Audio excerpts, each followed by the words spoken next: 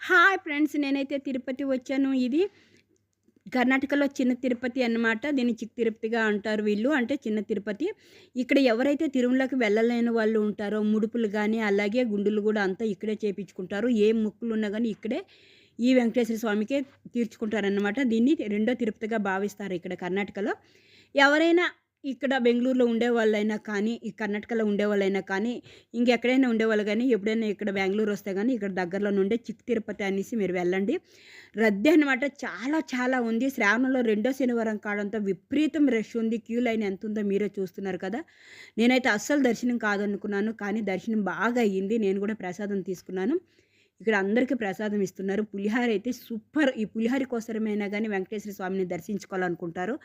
అంత టేస్టీగా ఉంటుంది. ఇది ఒక్క శ్రావణ శనివారంలో మాత్రమే ఈ పులిహోర దొరుకుతుంది. దానికోసం నేను ప్రతి సంవత్సరం వస్తూ ఉంటాను. అలాగే మనకి ఇక్కడ పిల్లలు